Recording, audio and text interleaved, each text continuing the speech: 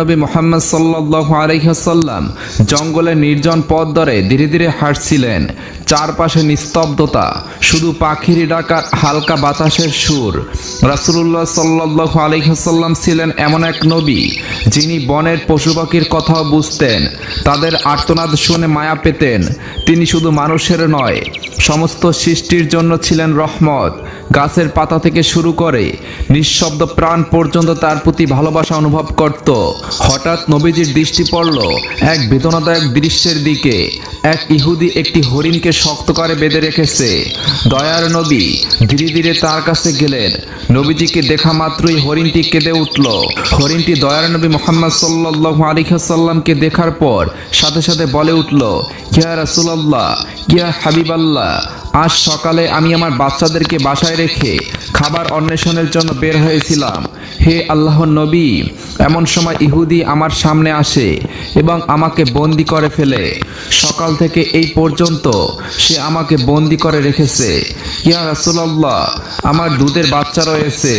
সকাল থেকে এই পর্যন্ত তাদেরকে আমি দুধ খাওয়াতে পারিনি। হয়তোবা তারা আমাকে না পেয়ে অনেক অস্থির হয়ে পড়েছে এবং তাদের গলা দুধ না খাওয়ার কারণে শুকিয়ে গিয়েছে। হে আল্লাহর নবী, ওগো আল্লাহর হাবিব, আমি শেষবারের মতো আমার বাচ্চাদের সাথে একবার সাক্ষাৎ করতে চাই।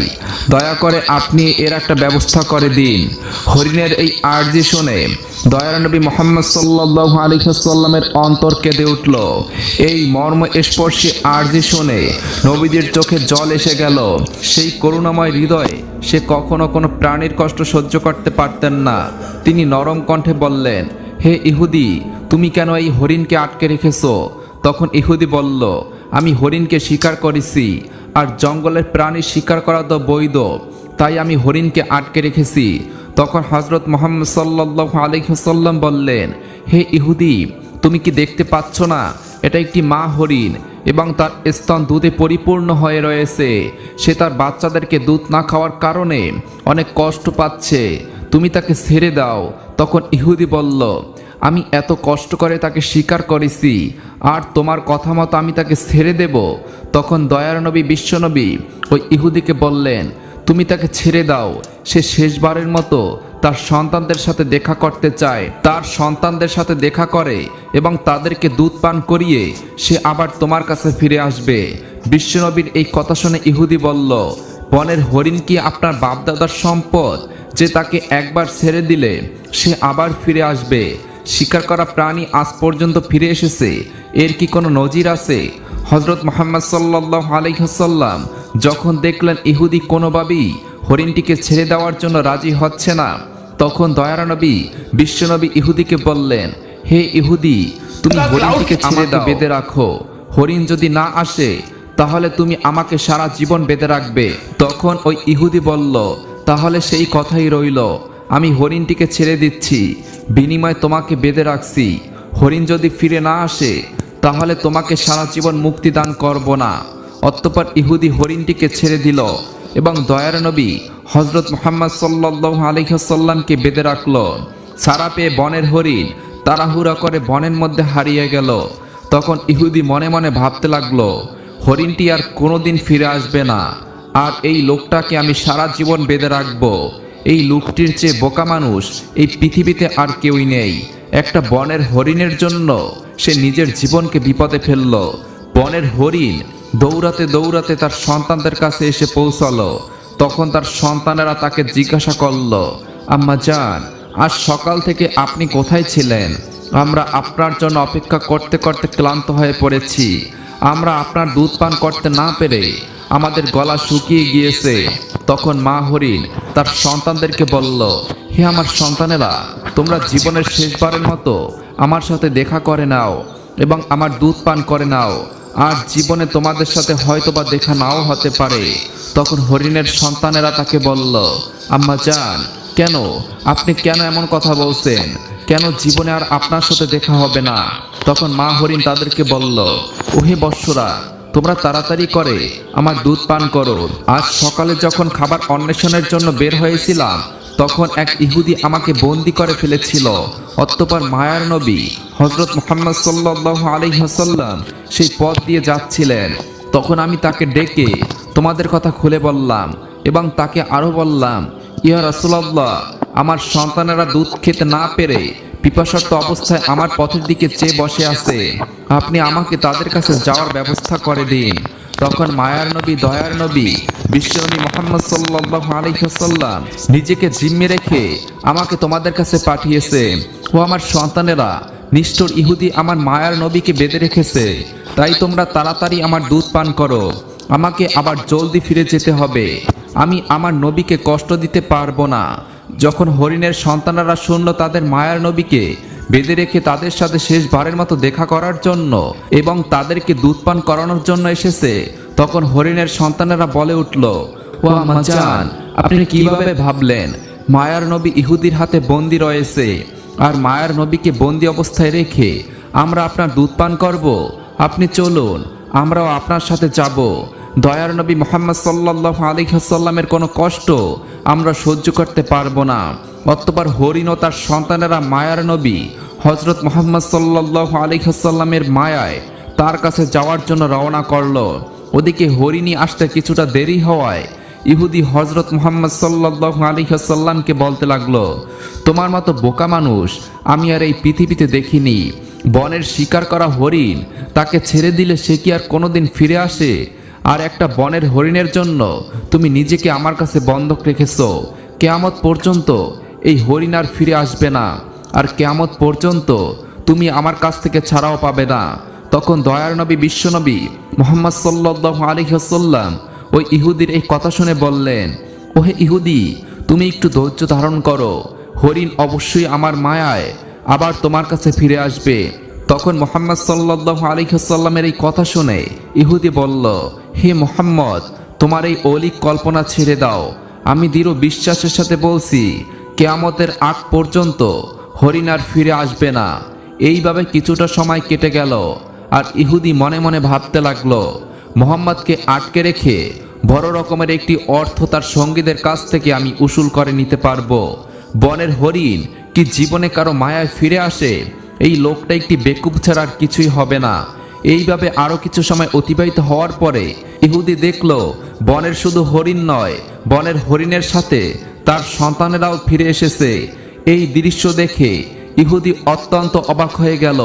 তখন দয়ার নবী বিশ্বনবী হযরত মুহাম্মদ সাল্লাল্লাহু আলাইহি ওয়াসাল্লাম হরিণকে জিজ্ঞাসা করলেন, ওহে হরিণ, তুমি তোমার সন্তানদেরকে কেন নিয়ে এসেছো? কথা তো ছিল তুমি একাই ফিরে আসবে।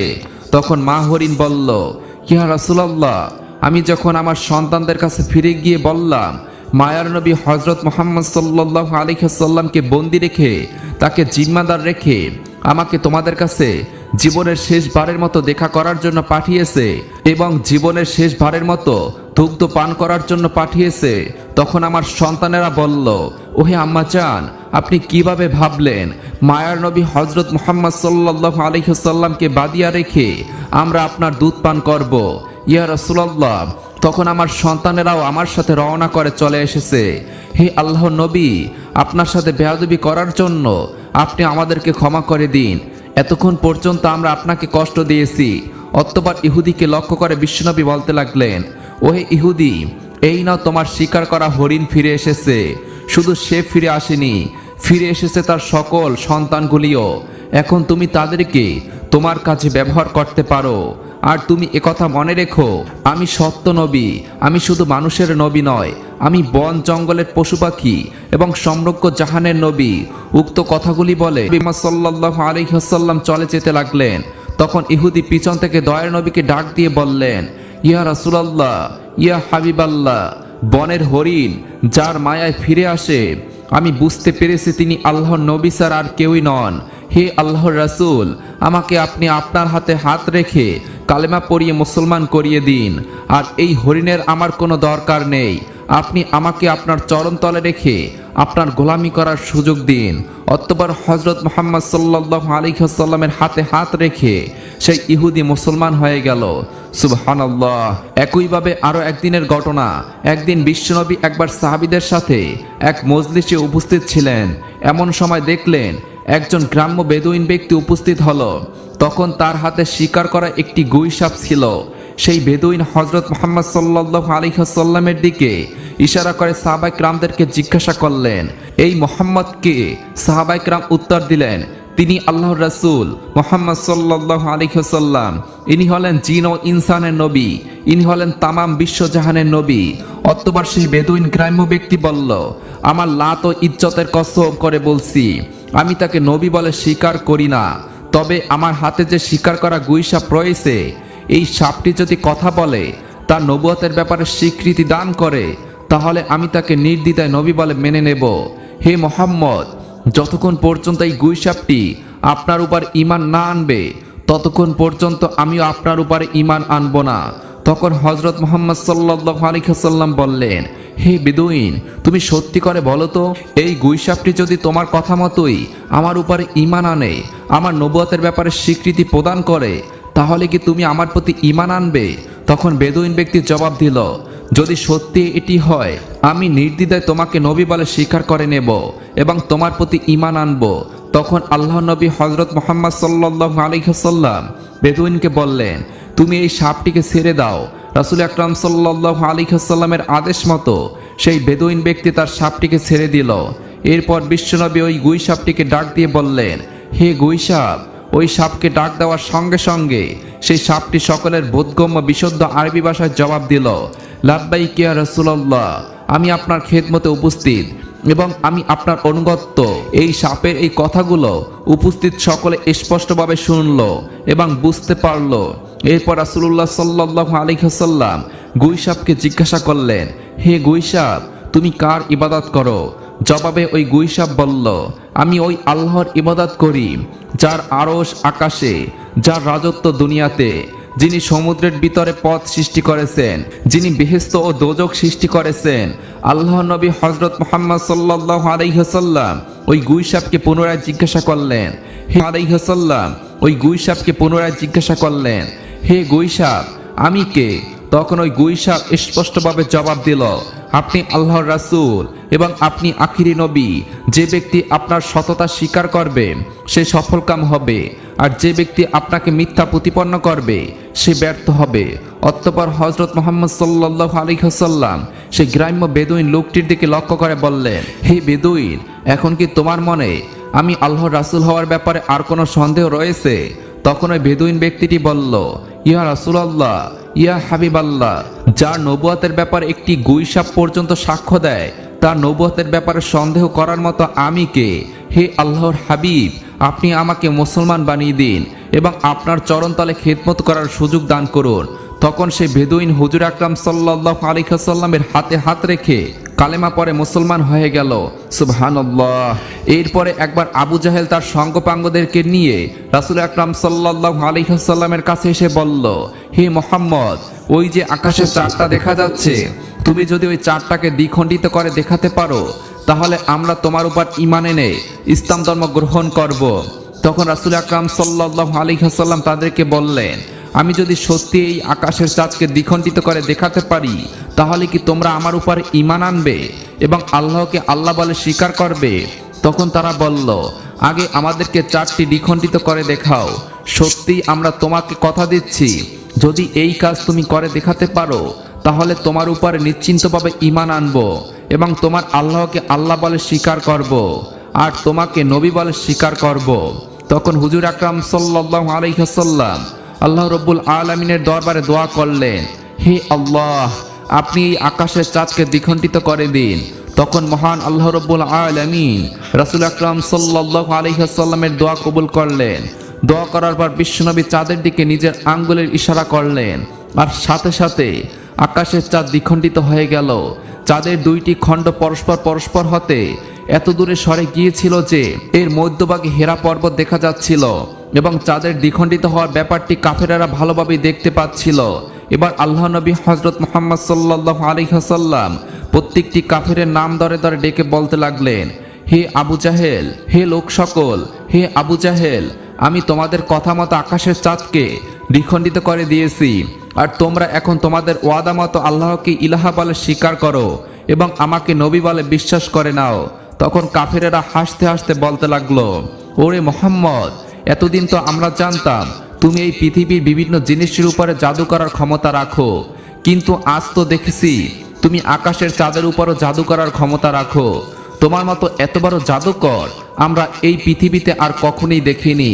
আর তুমি এই কথাও জেনে রাখো, আমরা কোনো জাদুকরকে কখনোই নবী বলে স্বীকার করতে পারি না। মূলত আল্লাহ রাব্বুল আলামিন তাদের ভাগ্যে ঈমানের দৌলত লিখে রাখেনি, তাই তারা আল্লাহ রাসূল সাল্লাল্লাহু আলাইহি ওয়াসাল্লামের পক্ষ থেকে এত বড় একটি মুজিজা দেখার পরেও ঈমান গ্রহণ করলো না। হযরত মুহাম্মদ সাল্লাল্লাহু আলাইহি ওয়াসাল্লামের এই বিশেষ মুজিজার ব্যাপারে আল্লাহ রাব্বুল আলামিন কোরআনুল কারীমে উল্লেখ করে দিয়েছেন। একই রকমের আরো একদিনের একটি ঘটনা। একদা রাসূলুল্লাহ সাল্লাল্লাহু আলাইহি ওয়াসাল্লাম উসামা রাদিয়াল্লাহু তাআলা আনহুকে নিয়ে কোথাও সফরে যাচ্ছিলেন। ইতিমধ্যে হযরত মুহাম্মদ সাল্লাল্লাহু আলাইহি ওয়াসাল্লাম উসামাকে বললেন, হে উসামা, তুমি খুঁজে দেখো ইস্তেনজার জন্য কোনো জায়গা খুঁজে পাওয়া যায় কিনা। তখন উসামা রাদিয়াল্লাহু তাআলা আনহু নবী করিম সাল্লাল্লাহু আলাইহি ওয়াসাল্লামের নির্দেশ পেয়ে ইস্তেনজা করার জন্য জায়গা খুঁজতে লাগলেন, কিন্তু দুদক মরুভূমি হওয়ায় তিনি কোনো জায়গা খুঁজে পেলেন না। অতঃপর তিনি রাসূল আকরাম সাল্লাল্লাহু আলাইহি ওয়াসাল্লামের কাছে এসে আরজ করলেন, ইয়া রাসূলুল্লাহ, এই ময়দানের আড়াল হওয়ার মতো কোনো জায়গা নেই। তখন আল্লাহর রাসূল বিশ্বনবী বললেন, তবে দেখো আশেপাশে কোনো বৃক্ষ বা পাথর আছে কিনা। তখন ওসামা রাদিয়াল্লাহু তাআলা আনহু বললেন, হে আল্লাহর নবী, আশেপাশে কিছু বৃক্ষ পাথর আছে বটে।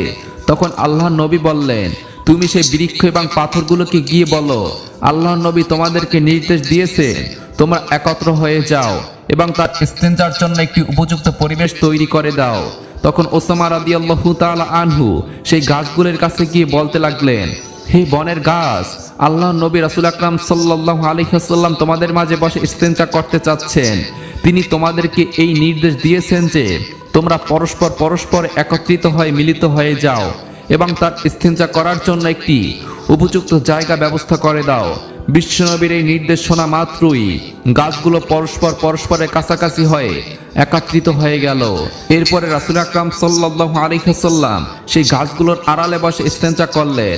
ইস্তেনজা করার পরে রাসূল আকরাম সাল্লাল্লাহু আলাইহি ওয়াসাল্লাম ফিরে এসে ওসামা রাদিয়াল্লাহু তাআলা আনহুকে পুনরায় বললেন, হে ওসামা, তুমি গাছগুলোকে গিয়ে বলো তারা যেন পরস্পর থেকে বিচ্ছিন্ন হয়ে যায় এবং তাদের জায়গা মতো চলে যায়।